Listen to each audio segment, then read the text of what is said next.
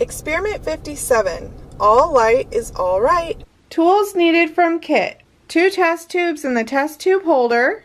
1 yellow measuring spoon. Ingredients needed from kit. Packet number 10, which is your water absorbing polymer crystals. Items needed from home.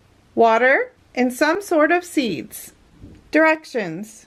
Assemble your test tube holder. Next, put your test tubes into the holder. Put 1 scoop of water absorbing polymer crystals into each test tube.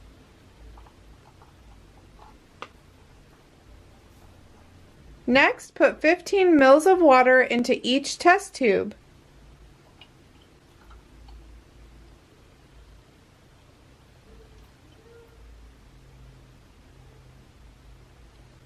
Next, add a few seeds to each test tube.